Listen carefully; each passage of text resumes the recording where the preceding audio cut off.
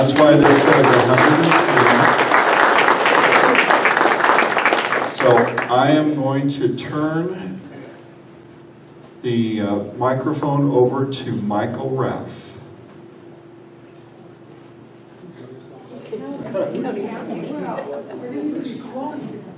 Yeah, we need more than one of them, of course. Just a second, let me get the other mic. Okay. You take that to her? No, oh, yeah, I'll take it to her. Okay. Okay, yes, as Mike said, this is a very special occasion.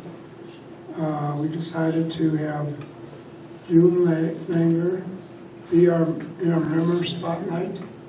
This time, June, okay? I'm going to come down here and talk with her. Can you guys scoot over? I'm going to be intrusive. You're going to have Richard swing the camera over so we could document this for posterity. Okay. Testing. Those are my bones creaking, not hers. Okay. Well, you were born in June. Has that got anything to do with That's your right. name? I was born in June. I was married in June. I moved up to California, Sun City, in June on my birthday. What else? Everything. I had my first child in June. So June is my month. Is that your favorite month? It's my favorite, yes. It's the longest day of the year. First day of summer. Do you remember the hospital you were born in, Chicago? Yes. It was a friend of my mother's. Yeah. I was born at home. Doctor came to the house. My father assisted, and I guess my father went out after I was born and bought me a huge book of poetry. It was a Victorian custom to buy the wife a gift after she had a baby. So my father did that, and I still have that book. Yeah. Well, you know, Chicago's my hometown, too. What part of the town did you grow up in? The very south side, on the border of West Bowman. It was called Roseland, Oh, and it had been settled by Hollanders. They were on their way to the gold rush and decided to settle there yeah. because it was full of wild roses when they got there. And the lake was all the way up past the hill. And so it was a great place. Do you have fond memories of Chicago? Yeah, I do. I didn't leave Chicago till I was 35. So I was married there. Both my children were born there. My parents, they weren't born there, but they left Chicago too. I see you wearing a Route 66 vest. Didn't you take Route 66 to California? When we decided to come to California, my parents were already here. And my mother had bought a big Crown Victoria automobile. So she came and got us. And so 6 of us traveled from Chicago to California in that automobile. And on the way, we stopped at a lot of historic places. Wow. Yeah, we took Route 66 5 years later to Uh-huh. California. That's Yeah. quite a drive. Did you I drive? didn't consider it historical, but now I do. It is a piece of my history anyway. Yeah. So, did you drive back then, or when did you start? Did you drive at all? No, my father drove. Yeah, Yeah. yeah. So, tell me about your teaching. Your career. I had interrupted my college education during World War II. So when we came to California, I got married in Chicago, we came to California. When my son grew up, and my daughter also, I went back to school and got my teaching certificate. And I taught for 23 years, and I taught all the grades. One year, third grade, another grade, fourth grade, fifth grade, and I ended up with fifth and sixth, which I liked the best.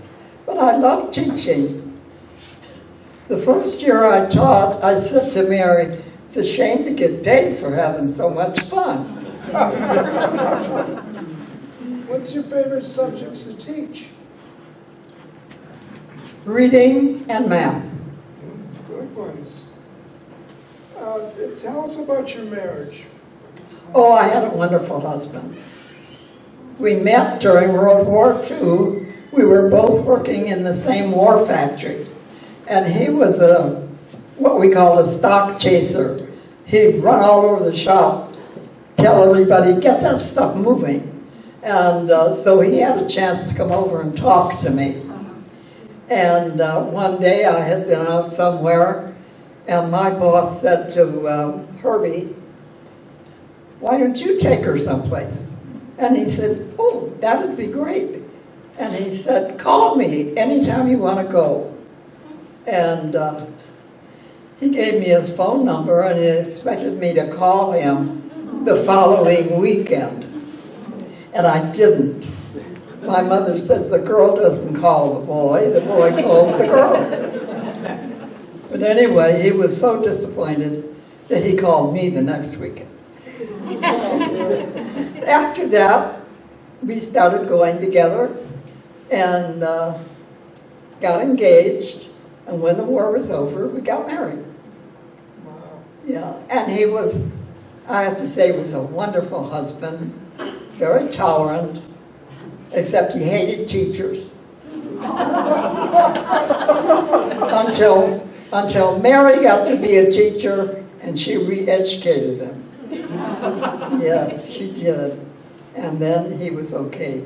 But he was a great man. And he lived to be 101. Oh, wow. Yeah. Tell us about your children. Well, I had a boy and a girl. We had a boy first. And I don't know what to tell you about him because he was going to be a teacher. And then he changed his mind at the last minute and decided to be a musician. Oh. Not a rap musician, a regular, he got to be a composer and an orchestra leader. And of course, when they were children, both my children, I used to go everywhere they went. And when Davy decided to go to college, we were both ready for Glendale College. And he said, you can go. He gave me permission. But I don't want to associate with you there. I said, fine, you don't have to. But I got acquainted with so many of his friends, and they didn't know for a long time that he was my son until I met his wife-to-be. And she was in one of my music classes. And one day he said to me, I'm going to bring my girlfriend over for you to meet her. And when she saw me, I never saw such a surprised look on anybody's face. You're Dave's mother? And we got to be good friends. She's a great girl. Was Mary a well-behaved child? Oh, what kind of child? Well-behaved? Oh, she was great, yes. Okay. She was real sweet. And I used to dress her, I used to make our clothes. And so I'd make me a dress and I'd make her one just like it. And we'd parade to church like that. What do you like to write? Things that happened to me, little vignettes. I've written something we're calling Bits and Pieces, where I told everybody how we got our first radio, because I grew up before all this mechanism. Horses were disappearing, and radios were big, huge boxes with tubes in them. And we went to the store, to Monkey Ward's, and bought, they gave us 2 of them because I couldn't make up my mind which one I wanted. One was light oak and the other was dark mahogany. They said, take them both home and listen, and we'll take the one you don't want back. So we did. I took the dark one, and that was our first radio. My mother did that because I was still a child. And then the Iceman came. My mother bought a refrigerator when we had been using ice. And when the ice melted down into a pan, sometimes it overflowed all over the kitchen floor. But the refrigerator was a great invention. And automobiles were a great invention. They all came along when I was a child. Yeah, you've seen a lot in 103 years, boy. So, do you have a favorite writing genre? A writing Yeah, job. do you poetry or? Well, I like to try poetry, but that's pretty difficult. I try. I mean, I've written a couple of Abecedarian poems. I wrote one called Sisera's Mother, which is rhyming. And I think I wrote something that was not rhyming about a policeman's funeral and the 2 mothers. That was that time when they had that a policeman was killed, ambushed by another policeman, and I was wondering how those 2 mothers coped with that. Yeah. So, finally, why are you a late bloomer? What, I read that about you. Because my mother said she waited for me for a whole month. I was due earlier in the year.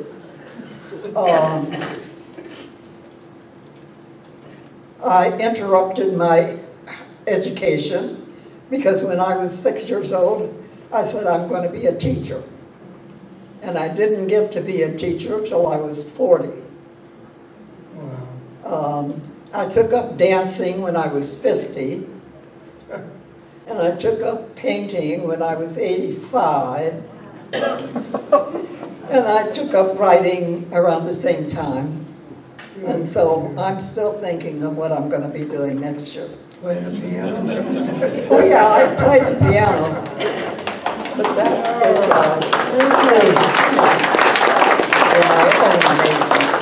Happy birthday to you. Thank you. Everybody, let's hear it.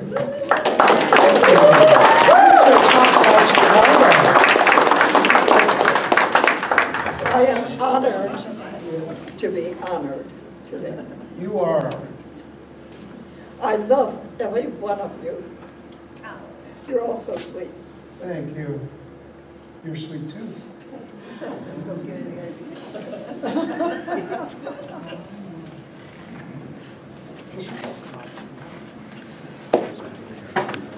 Will you guys join me in wishing June a happy birthday? Let's all sing together. Ready? Happy birthday to you.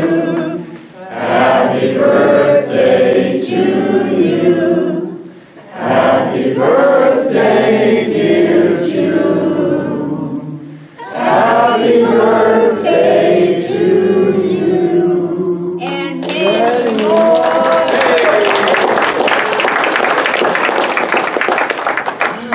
Did you want to say something?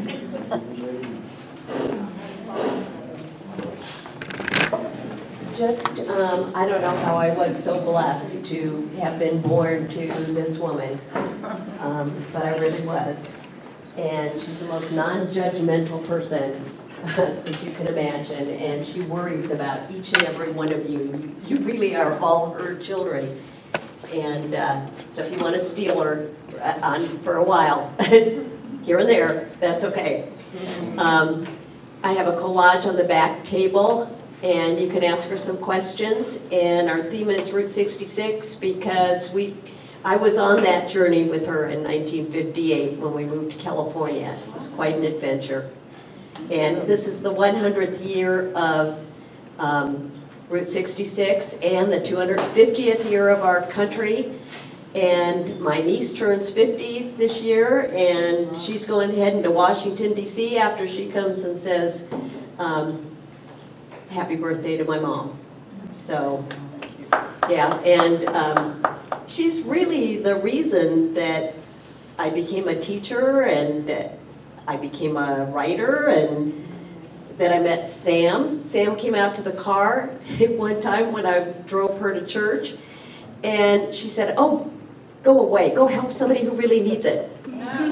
She's a really independent woman. She said, I'm an independent woman, go help somebody who needs help. I got out of the car and said, what was that all about? And I didn't really know Sam then, but he kept coming to help her anyway. And yeah, that's kind of how we met. So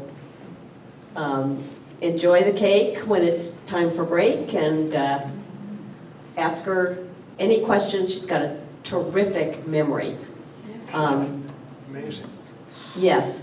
I locked myself out of my house one time before I met Sam, and she remembered my code to my garage and drove me home. Yeah, because Ann Miner had taken me out to lunch, and my door wouldn't open, and could not get in the house. Called my son. He didn't remember the password to the garage, and she did. And we go to Bible studies. She remembers all these things. She was my first Sunday school teacher. She played the piano in the choirs, and she got me to teach Sunday school. She got me to be a camp counselor. I was with a bunch of high school girls when she was the camp counselor in a cabin. That was fun. They were all coming to me. I was younger than they were. Can we sneak out and don't let your mother know? And then, oh, she'll know. She will know. You can't get away with anything. So, happy birthday, Mom. I've had wonderful children. And they helped me with everything I did too. So within the last year, I was with Mary and Sam. We went up to Big Bear area, and we went for a meeting up there. And while we're up there, we're driving up there, Sam gets a call from June. Her car isn't working. Now, that means she's driving the car.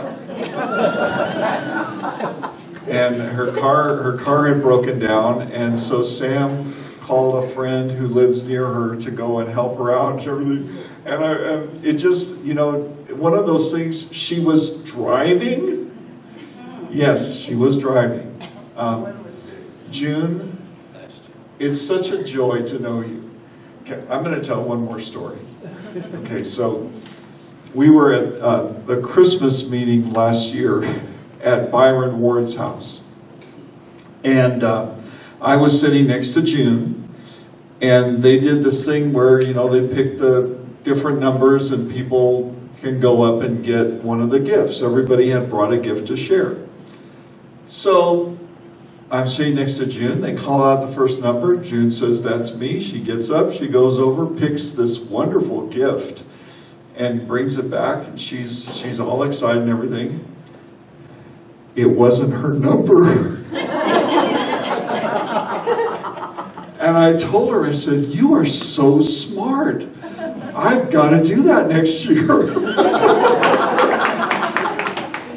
Anyway, happy birthday, June. So what we're going to do now is we're going to go ahead and take our break. Everybody gets a chance to say hi to June, get a selfie with her.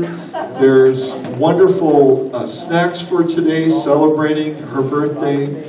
This is a day we have to really make a big deal about. So thank you so much, and thank you, June, for letting us do this for you. Okay, folks, we are going to start back in because I know we're going to run out of time. We have a lot still to do.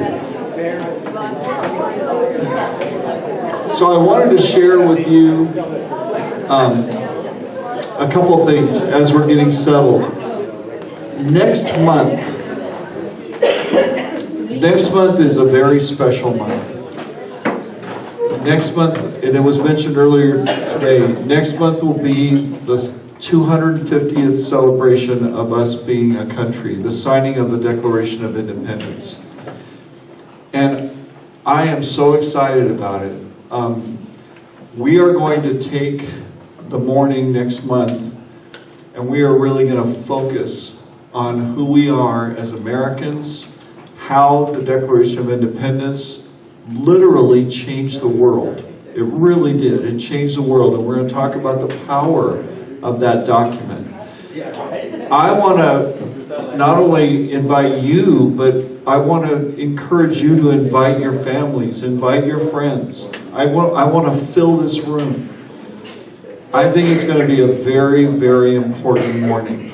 And we're going to have multiple speakers. We're going to look at all kinds of different aspects of our history, times where we have fulfilled the beautiful calling that comes to us through the Declaration of Independence, and times when we have not.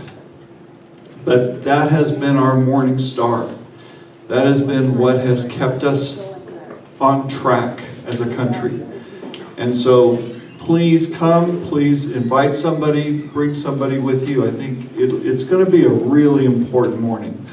I don't know about you, but I feel more and more that our country is losing its grip on our founding fathers and on the founding of our country and the values and the ideals that were promoted in the beginning.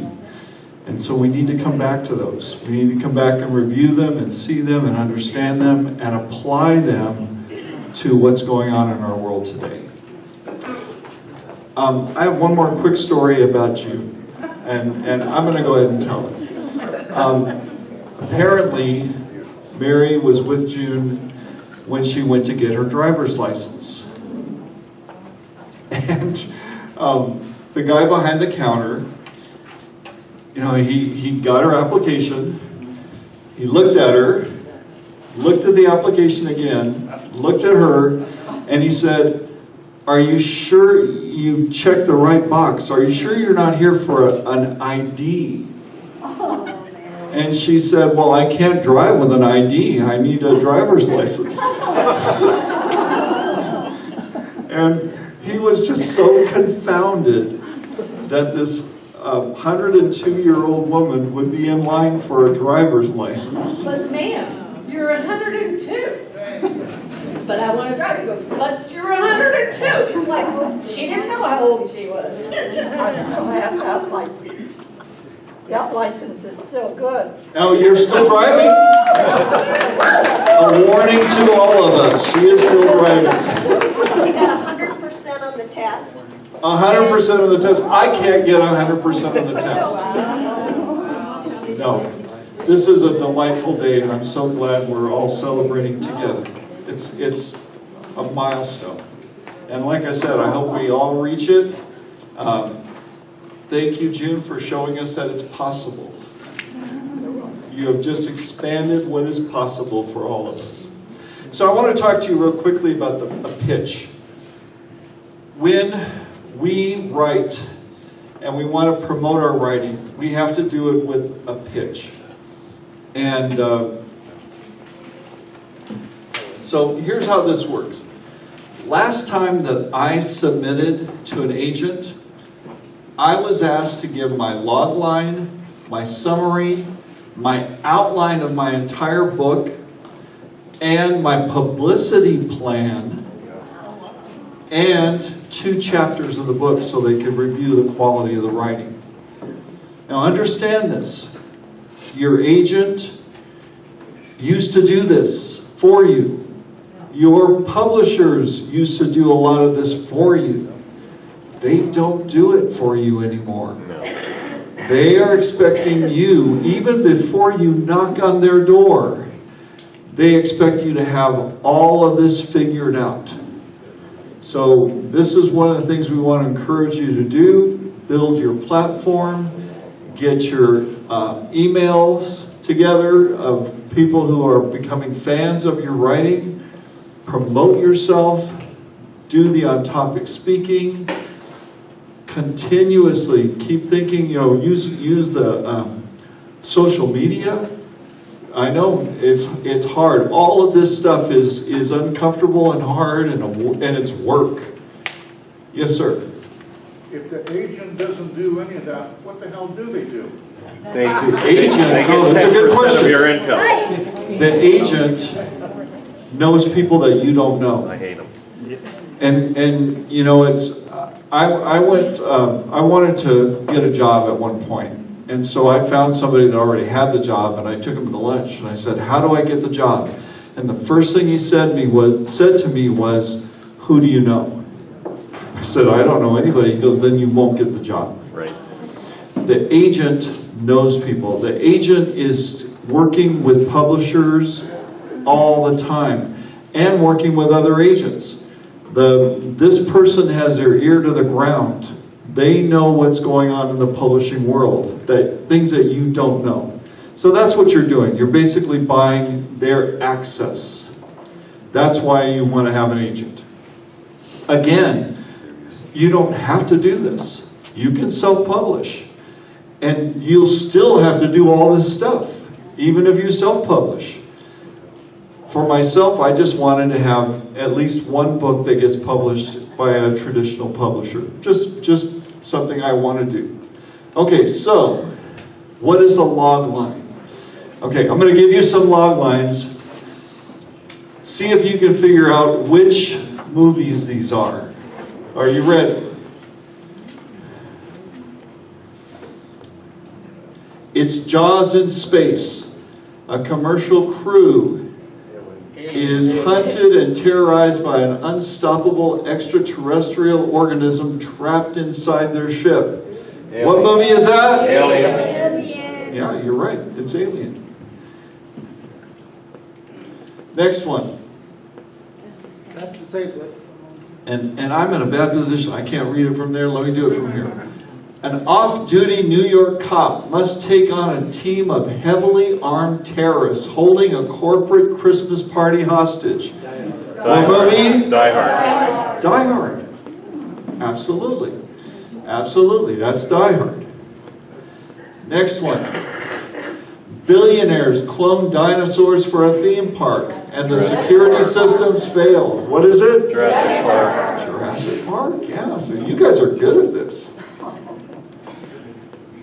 And the last one, a mild-mannered hacker discovers his reality is an elaborate illusion controlled by machines, and he is humanity's only hope. The Matrix. The Matrix, absolutely. Okay, so my question to you is, what makes all these work? What did you notice about all those very famous log lines? Yeah. Conflict. Well, there was conflict, but go ahead. Okay, they're short. They are short, and I'm sorry, go ahead. Yes. Suspense.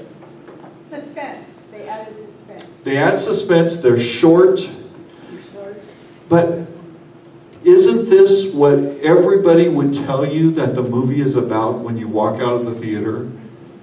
Isn't this exactly, in a very shortened, crisp, clear form, what was the movie about? It was about an alien that was trying to, that was attacking people on a ship. It's the simplest, easiest way to describe the entire story. So that's a log line. Log lines are short, they're one sentence, they tell the whole story. Notice how much they left out though. You don't get the story. You don't know how in Die Hard, how does it work out? What are the complications? What's the relationship between the protagonist and his wife who's there at that Christmas party? Why is he there? What's been going on? You don't get any of the story. All you get is a trimmed down, one sentence statement. This is what this is about. So that's what a log line is. What would be the benefit of having a log line for your story? How would that help you? What would the benefit be? Let's say you're writing a novel. What would the benefit be of you having your log line for that? Would that be the same as an elevator pitch? No, we're going to do an elevator pitch in just a second. It's not the same thing. Yes, sir. Yeah, log line is hopefully a log line for your book is going to make people interested. It does make people interested. Yes. Make it attractive. It makes it attractive. Yes, Mike. A unique phrase. It should be unique. Okay, thank you. That's very important because notice how each of those was very unique to that story. And it was unique because there's no other stories like those that are out there. Yes, sir. It gives you something to say when somebody asks you, what is your book about? Yes, it gives you something to say when somebody asks you. Also, if you're still writing the book, that's your guiding star. You know what your book is about. My book is about this in one sentence. And as you're writing it, you make sure you stay on that path for that guiding star. You don't go off into tangents and go off into different places. Unless they're going to bring you back to the road that you're on. Okay. So, little thing real quickly about stories. Stories run on many levels. I used to teach, I love 6th graders, by the way, Joan. Love 6th grade, my favorite grade. Taught 6th grade for the last 15 years of my career. But I would always tell my 6th graders, I'd ask them, what's Mary Poppins about? And those that had seen it would say it's about a nanny who does all this magical stuff and crazy things with kids and takes them into different worlds and does all that stuff. And I would say, no. That is not what Mary Poppins is about. Not at all. That is what happens, but that is not what the story is about. The story has 2 levels. And I don't know how many of you have seen the Disney movie Saving Mr. Banks. It goes into what the actual story is about. Mary Poppins is about the dad. It's all about the dad. You've got a dysfunctional father who's not paying attention to his kids. His kids are running wild. Their kite gets... Sorry, I get choked up. Their kite gets away from them. And everything's chaos. Mary Poppins only comes in to solve the dad's problem. That's what the story's about. So then I would tell my 6th graders, I'd show them, this is what the story's about. A bad father is changed by meeting a supernatural force. Everybody see that? But look at these other stories that have the exact same theme. Hook. If you've seen the movie Hook with Robin Williams, same exact theme. Bad father is always on his phone, ends up going into Neverland and being Peter Pan. And it changes him.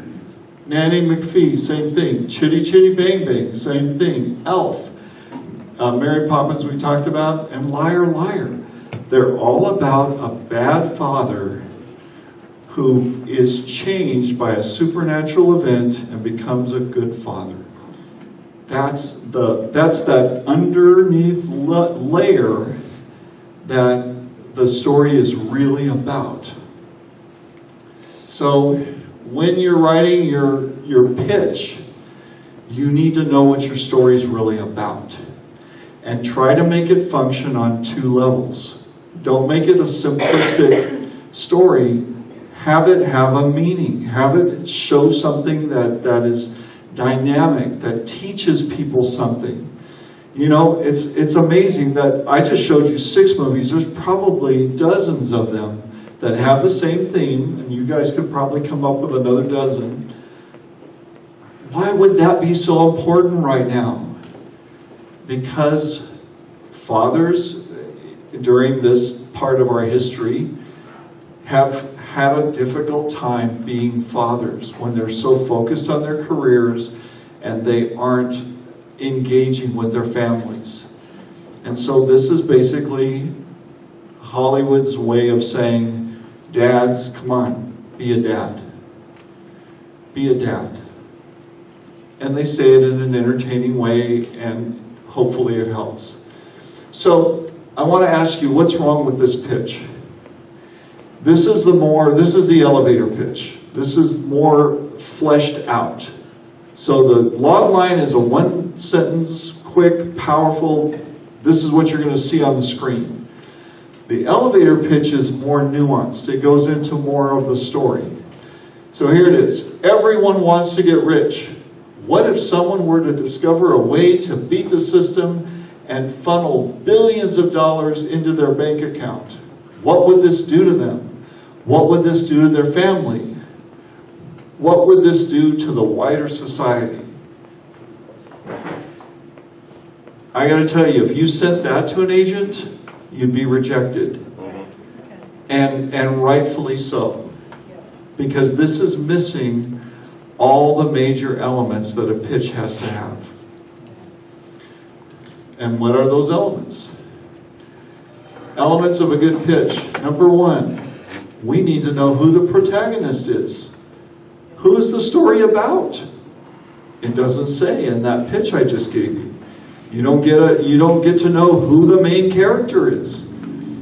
Also, what's the inciting incident? What's the catalyst?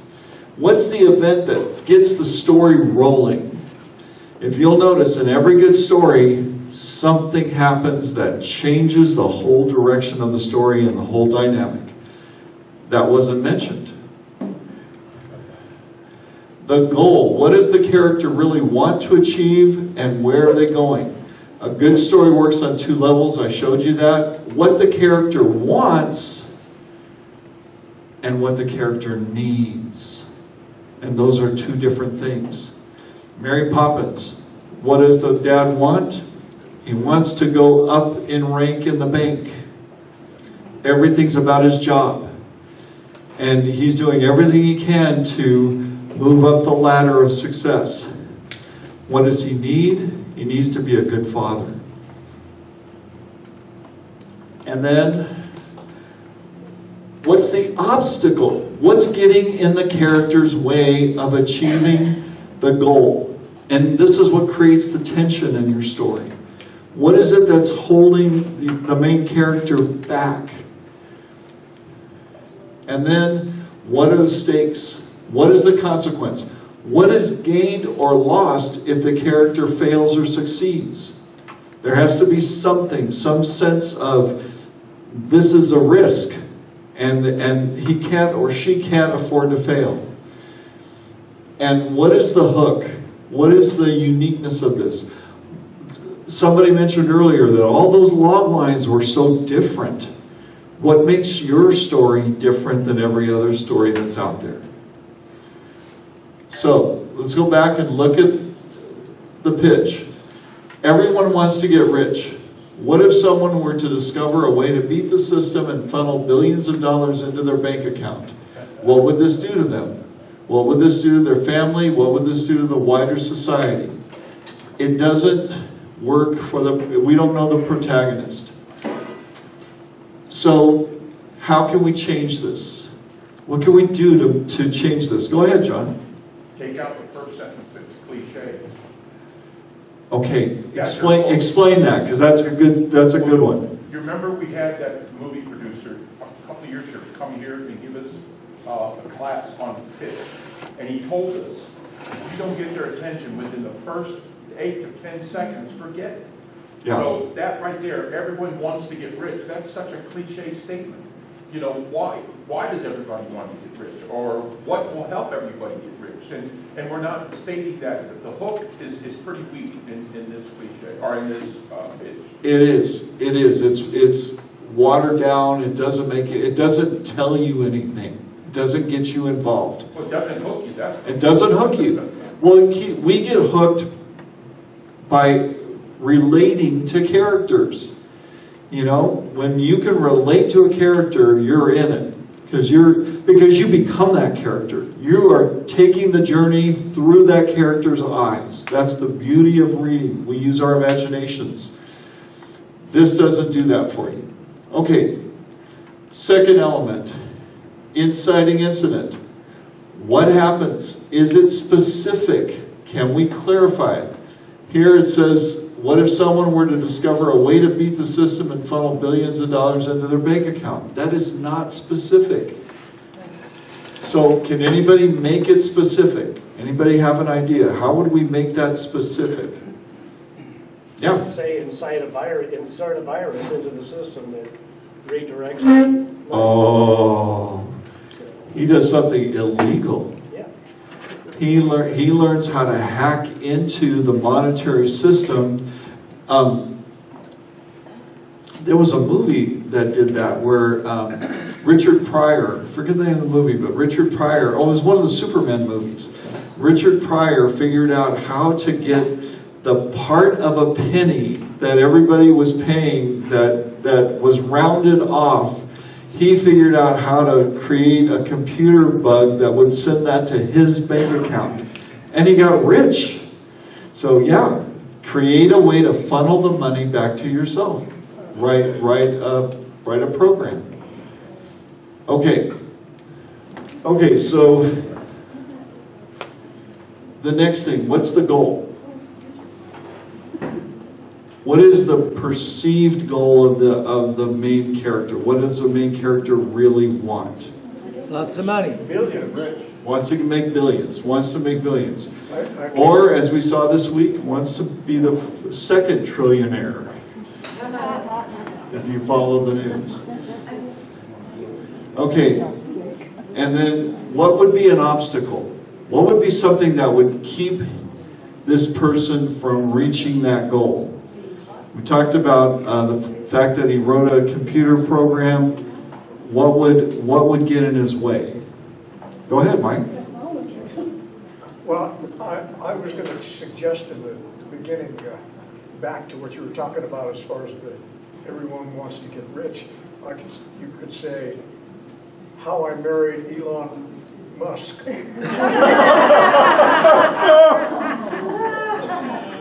He just became a trillionaire. Oh yeah, that's what I was talking about. Yeah, that's what I was saying. Okay, so there could be a lot of obstacles, and I'll show you one that I came up with. And then lastly, the stakes and consequences. We don't really see that here. And it's not unique. Okay, so here's what I came up with. Well, okay, so these are again the elements. We talked about this already, so I'm just going to run right through this. And, okay, so here's one that I came up with. Sam Brock, a bank executive with a family, wants desperately to be rich. He pours himself into his job, pushing for promotion after promotion. When he's offered a new job in a shady crypto company that pays 10 times what he's now making, he's all in. Overnight, he's rich and getting to know a whole new world of loose women, drugs, and debauchery. But his wealth comes with a price. He's threatened by competitors. The mob wants their cut and threatens his family. His wife hates what he's become and decides to leave him. What will Sam do? See, that you put your character in a position of choice, of decision, where they've just achieved everything they've ever wanted, but lost the things that are most important. And now they have to choose. They have to make a decision. Okay. Go ahead. John. forgive me for saying this, but that's not a pitch, that's a summary. Yeah, And that the is pitch too the long. very first- You gotta grab their attention that first sentence. Okay, so tell me what you would write to grab their I like attention. that young man up there, his suggestion, why I married Elon Musk. Wow, and especially now with the news the way it is, who wouldn't want to marry a Trump? I'll marry him. I'd marry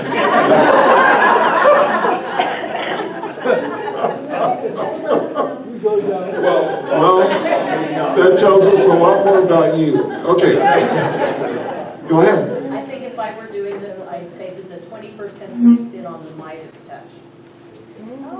Oh, interesting. You know, one of the agents that I had a long time ago, he would talk about how important it is to know the classics and to be able to connect to the classics. He was also the agent of the guy that wrote the book Meg. And the story of Meg, the key to that, it's the Jonah and the whale story. In the original book, if you've read the book, the main character is a marine biologist, and he's in a small submarine, one-person submarine, and he ends up being swallowed by the Meg. And he said, you've got to have those overlapping, relatable things where people can say, oh, I see it, I see that. So yeah, the Midas story is perfect for this. You desire to be able to touch everything and turn it into gold, but when you get that gift, it ruins your life. You can't eat, you can't drink, you accidentally turn your wife into a statue of gold. Everything falls apart in your life. It's a perfect example. Yeah? It's a great idea. It really is. The Midas touch is perfect. But The Midas touch, yeah. The key is with the pitch, basically what you wrote was a synopsis that goes in the back of the book. But a pitch, that first sentence, my understanding of it, and I've done a few of them, is that first sentence has got to get their attention. You know, you don't have a whole paragraph that you got to get them now with that first sentence. So, right. You know, right now off the top of my head, I can't, other than marrying Elon Musk, because he's so newsworthy right now. I know, once somebody says something like that, it's hard to get it out of your head, isn't it? Why I would marry Elon Musk, my God. Well, our nation will say, okay, why would you? And then you go to the next sentence. But then we had that guy from Tennessee, remember, he did the what do you call that thing when you do it on the screen? What? Powerball? Oh, okay, whatever. You know, like a video chat, whatever. And he told us your pitch is 150 words, 3 paragraphs. The first paragraph is about it gets there is the hook, and your second paragraph is about the book, and your third paragraph is about you, why they should trust you as a writer. Because he said that most agents, they get 400 pitches a day. Oh, yeah. And so they're not going to read anything that's going to be super long. And they'll take one look at it. If you don't get them in that one look, chances are you won't get them. Right. So here's what we're going to do. We're going to switch gears. I'm going to have Debbie Walker come up. She's going to share from her about to be published memoir, which is an anthology, and then we're going to help her come up with a log line for her book.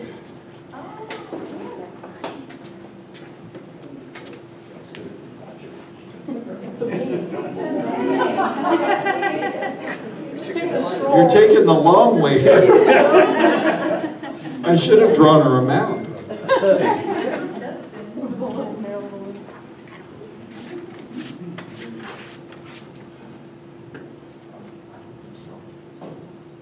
Just tell them about what it is, and ask them if they have questions. I'm sorry. That's okay. No, I was kind of put on the spot, so I'm not exactly sure what I'm supposed to say. Anyhow, 10 years ago I started this book.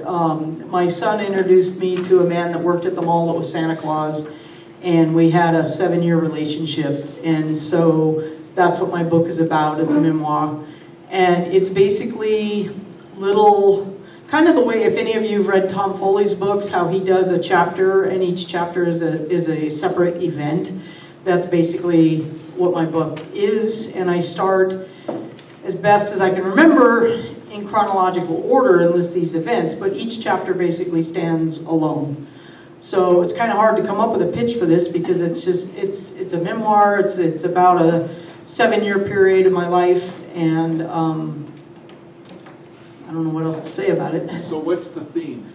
What is the overarching message that comes through? Well, okay, so my boyfriend, unbeknownst to me at the time that I met him, I found out later that he was an alcoholic. But by that time I was already in love with him. And I didn't like the fact that he was an alcoholic, but he wasn't mean. He was 1,000 times better than my ex-husband, who was abusive to me for 33 years.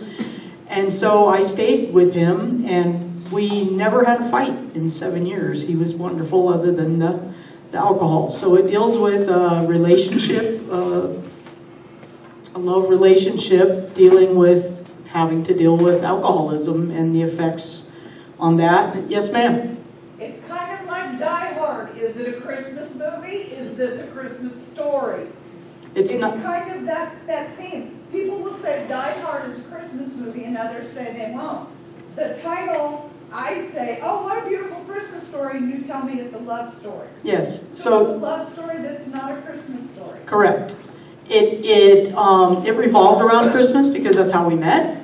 But I had a discussion with Jenny because my cover has Santa Claus on the front, and the back cover has a sunset, which is the last sunset that we saw together the last day we were together. And Jenny says, you can't do that. You can't put Christmas on the front and a sunset on the back. I says, but that is the story, and that's how I want it. So no, it's not a Christmas story. It's more of a love story that deals with someone that's suffering from alcoholism, but yet is a very, very good person, kind-hearted, helped me get out of debt, took care of my mother till her death, let me take her places I never could afford to have taken her, and so anyway, it's just a journey. What's the title? The title is Santa Wants to Meet You, because my son was working at the mall at the time, and him and Wayne were talking, and he says, do you know anybody that's single and looking for Mrs. Claus? And my son says, yes, my mother. And so I get a phone call, Mom, you need to come to the mall right away, Santa wants to meet you. So that's where I got the title. I don't know what else to say. Let me help. So, you have something to write with? No. I don't. Here.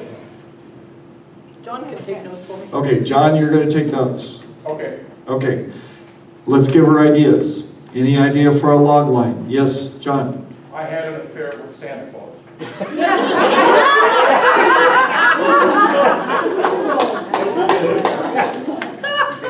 Okay. Yeah, Janice? Not a Hallmark Christmas movie. Yes. Santa and Me, 7 Years of Heaven and Hell. There you go. Oh, that's a good one. Oh, say that one again real loud. Santa and Me, 7 Years of Heaven and Hell. Wow, Good. that's That- good. you Mike? did good. I married Santa instead of Elon Musk.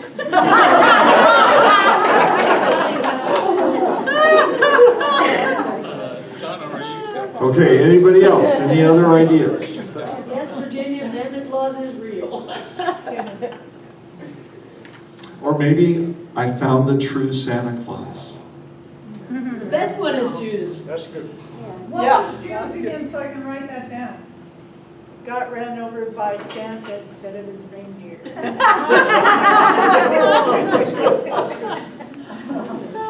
Any last ones? Go ahead, Anita. From Rusty online, A Seasonal Sense of Love. A seasonal sense of love. Mike? Santa Claus and alcoholism don't always mix. What Okay. did he say? Say it again a little louder.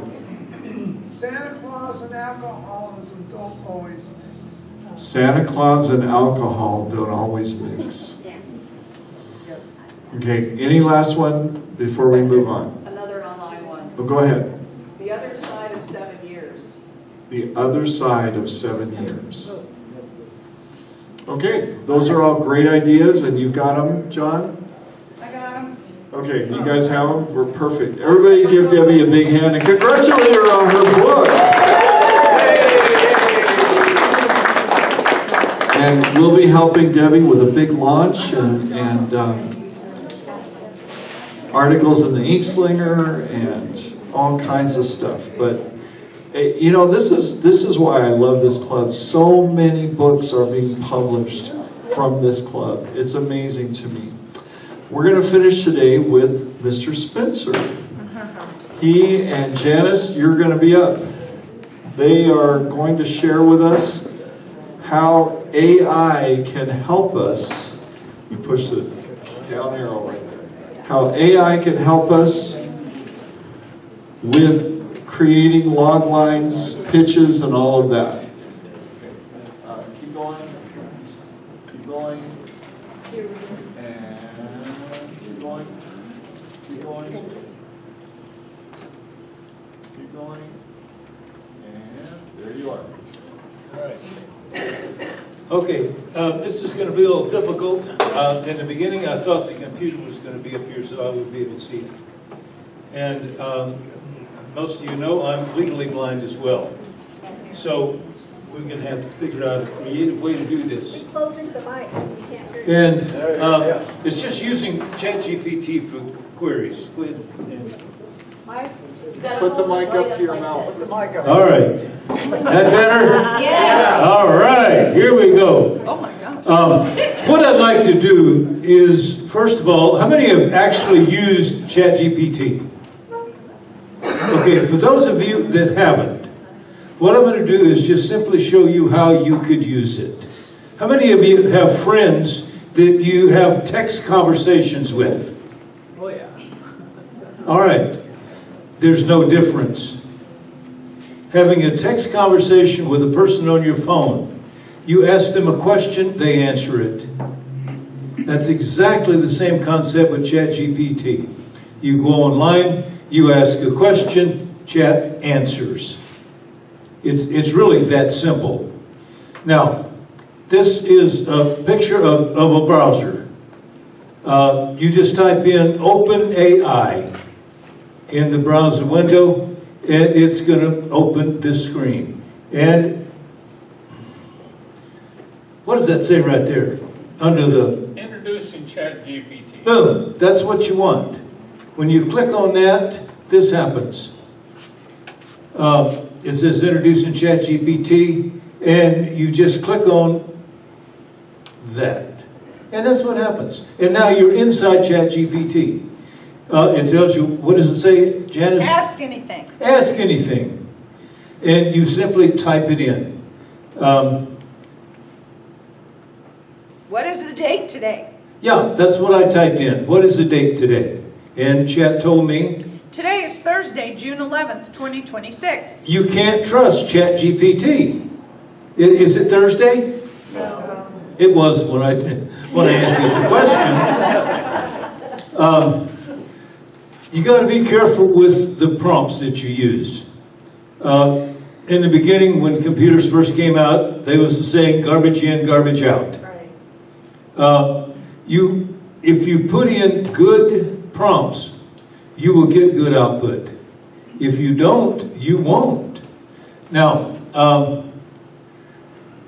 what I typed in, what's in the red? What did I type? What do I need to query an agent? Now, would that seem like a reasonable question? Yeah. No, it's not specific enough. Right.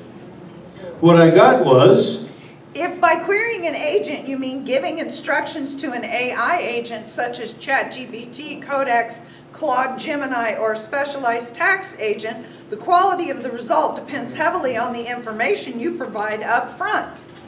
garbage in, garbage out. Now, I qualified the prompt, and I said, No, I mean query a literary agent to seek representation. now, that's a little bit clearer. And now, what did I get? A query letter, a one-page pitch. No, just the big ones in. Okay, You didn't say that. I know. Not a good, query letters, sample pages. Yeah, the three things that Mike was talking about.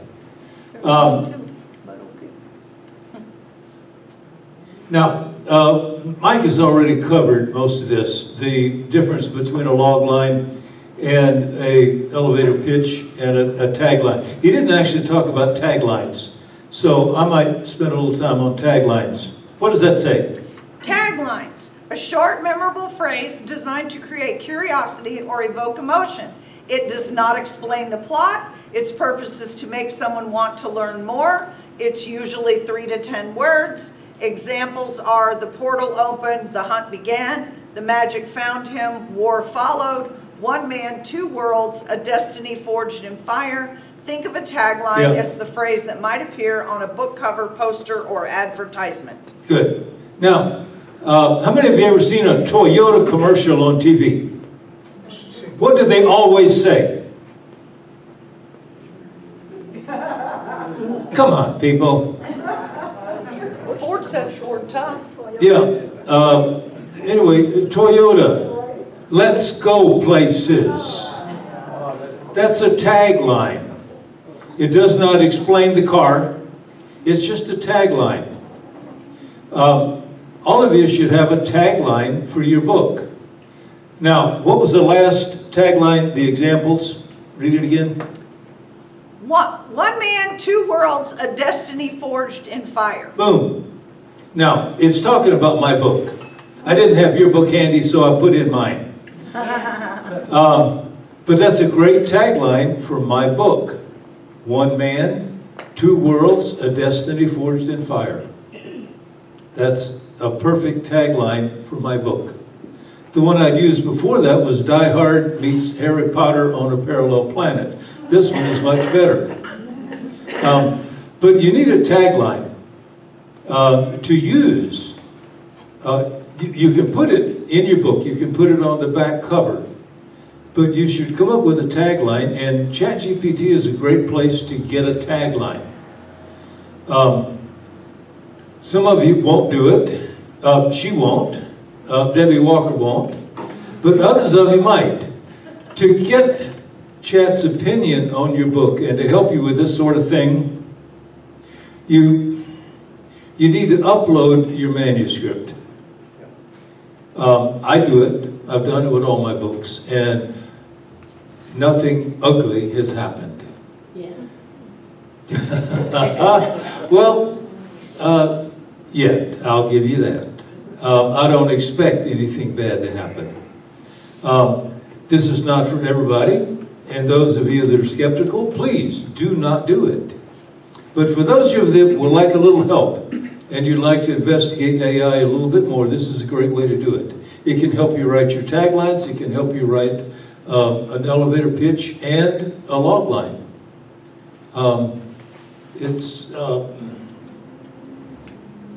It works really, really well. And what I really wanted to do is just to see how you can get yourself into ChatGPT, and it's just one of many.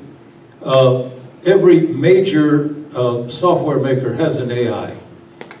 This happens to be the one that OpenAI wrote. Others are Claude. Elon Musk has one. There's all kinds of AIs out there that you can use. But it's a good tool. And it's no different than any of the other tools that you use. And everybody here uses AI already. How many of you use Google? Google is an AI, folks. There's so many other ways. How many of you use Grammarly? Grammarly is an AI. It's a tool. And ChatGPT is just another tool. And I've eaten up all my time. So are there any questions, just real quick? So as I'm delving into AI, there's a term that I discovered. It's called prompt engineering. So it talks about how you present it. We have to know what to tell it and how to tell it to have the outcome that we're looking for. Yeah, that's the there's garbage in, garbage a term out. called prompt engineering in Yeah. the AI world. Could you repeat that, please? Yeah. So there's a term called prompt. No. You're not speaking into a microphone. He needs to repeat it. Oh. No, you can repeat it. Okay. So as I'm delving into the AI world myself, as our fellow member here was saying, you have to know what to tell any AI platform that we use. So in the AI world, there's a thing called prompt engineering. There are people that do this, they call prompt engineers, to be able to maximize the benefit of using these tools. If you don't know how to double check the work from AI, then you're not telling it properly what to do. I know that recently I've used it for a lot of my graphics. Yeah, I use it for a lot of graphics work as well. Any other questions? Yeah, well, not really a question, it's a comment. Just got to be really careful, and when you're using AI, do not let it write, or don't get into the trap of letting AI write the book for you. Oh, yeah, no. Absolutely. I use AI extensively for a lot of stuff, but I do not let it write the books for me. I never use it in content, but I can use it for brainstorming. Yeah, it's easy to fall into that. It is. It really is. And I've warned just about everybody I've talked to about that trap. All of us have a moral code. And those people with a very low moral code, they see AI as a way to do stuff for them because they're lazy. People with a higher moral code have said, no. This is supposed to be my creativity. So the honest people are going to use AI honestly. Less than honest people are going to use it less honestly. It's just the way the world works, the way people are built. Any other? One more. I wanted to say too, if you have AI do your query letter or if you start doing stuff, the agents pick that right Well, up. You're dead in the water. It's not that it's going to write it for you, but it's going to give you a place to start. And then you write it yourself. If you do it that way. If you do it that way. Don't, that's what I'm saying, and agents will pick up on that. It's a slippery slope. Be careful. So, just if I could say one thing about this too. My books, I used AI for the cover art. I would never say that was my work. I would never put my name on that and say that's my cover art. I didn't do it. And I agree with Richard. Morally, if I told AI, write me a book about this, and it wrote the book, and then I put my name on it, I couldn't do that because I didn't write the book. AI wrote the book. So in the same way, I think if we're going to put our name on something, it should be something that we created. It doesn't mean that we can't use AI to help us with research. Doesn't mean we can't use AI to give us ideas. But it needs to be our work, our writing.